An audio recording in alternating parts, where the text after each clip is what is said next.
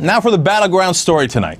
The establishment media is in a frenzy because many activists and bloggers do their jobs better than they do, and they're in danger of losing their prized position as the fourth estate in this country. Maureen Dowd, a marquee columnist for the country's most established newspaper, is the latest to do a hit job on the so-called professional left. In her latest op-ed, Dowd echoes Press Secretary Robert Gibbs, deriding progressives as, quote, radical and extreme, also saying, quote, on the Republican side, the crazies often end up helping the Republican leadership. On the Democratic side, the radicals are constantly sniping at Obama, expressing their feelings of betrayal. Fox built up a Republican president. MSNBC is trying to make its reputation by tearing down a Democratic one. No, the difference between MSNBC and Fox News is that we actually use our minds. We don't follow the president like robots. We are not authoritarian by nature. And apparently, unlike Maureen Dowd, we're capable of using independent judgment. The establishment press loves to protect the government. They've forgotten entirely that they're supposed to do the opposite, challenge the government. Just because I think the right-wing movement in this country has lost its mind doesn't mean I should lend mine out to President Obama. Here's what the millionaire mainstream press doesn't get. We, unlike you, actually understand policy. And yes, guilty as charged, we care about it. I can give you a million examples, but I'll just give you one for tonight.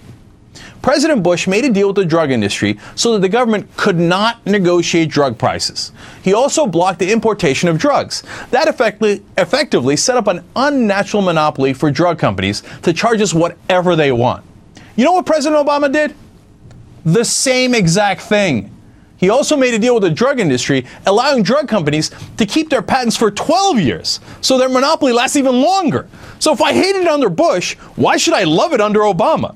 What's so radical or extreme or deranged about sticking with the same position you had before?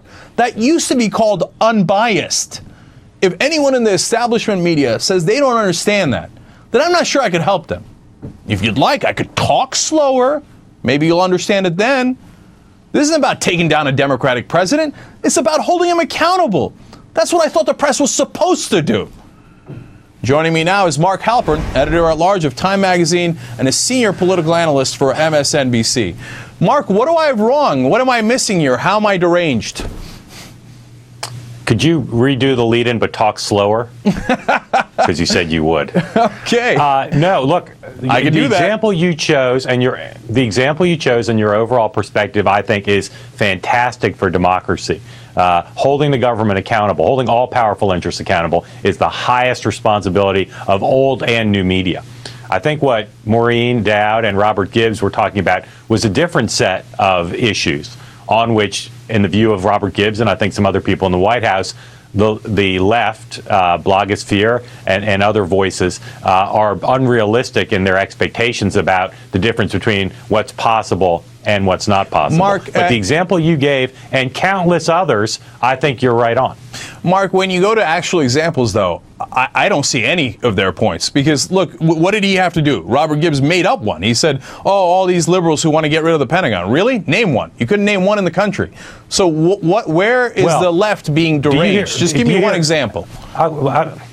Well, deranged is not a word I would use. I think what frustrates Robert Gibbs and other people in the White House is, say, take, for example, health care.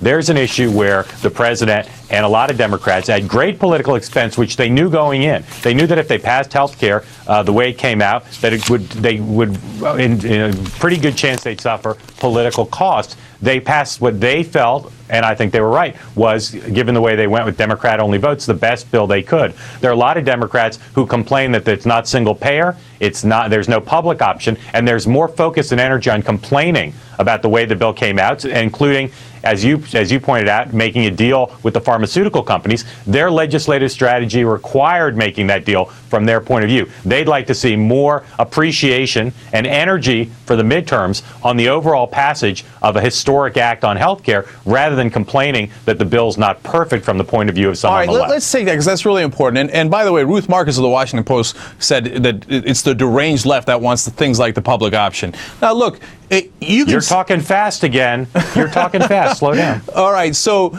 now let me explain it really clearly. What we had was originally President Obama saying he was for single payer. And then after he won the election, Single payer, I got no interest in that, right? Not even close. Then all we wanted was a tiny thing, a public option just to introduce competition in any way. Instead, what President Obama did is he left the system exactly as it is. We have to go to private insurance. We don't have a choice. Is that clear? Why is that crazy or radical to worry about that? You know why? You know why he did that? He did that because they could count the votes. They engaged in what I consider to be one of the shrewdest legislative. No, that's an easy. Tried with all their might. Every single report coming out of the White House. They tried with all their might. They didn't. That is not true. Every report out of the White House said that they did not try for the public option. They never wanted the public option. The easy answer is, I don't have the votes. What can I do? How about you try? Let me say this slowly. Mark, let me ask you one last question. They didn't have the votes. They tried and they wanted. One last question. Slowly. Okay. Yes, sir. Did Bush or Cheney ever whine about not having the votes, or did they just get whatever they wanted, whether it's the Iraq War or the largest tax cuts in history, with a much narrower majority, if any majority at all, in the Senate? Well, they didn't have the problem that this president has had with Ben Nelson or Evan Bayh or Joe Lieberman getting bills through the Senate. They found a way around to do that. That doesn't mean this White House isn't trying as hard. It just means the makeup of the body and the discipline was a little different on the Republican side. In part, I think Robert Gibbs would tell you, was because the institutional right was more supportive of reinforcing the mission of the Bush White House than the institutional left is, professional left is, of supporting this president's agenda. As they do the same drug deals as Bush does, we're supposed to support them. Why? Bow our head. Why? No, I didn't like that deal under Bush. I don't like it under Obama. But Mark, it's been a good conversation. And I think it's fantastic. I think it's fantastic that you have that point of view on issues like that. And I bet Robert Gibbs does too. All right. Well, I'm not so sure about that, but thank you, Mark.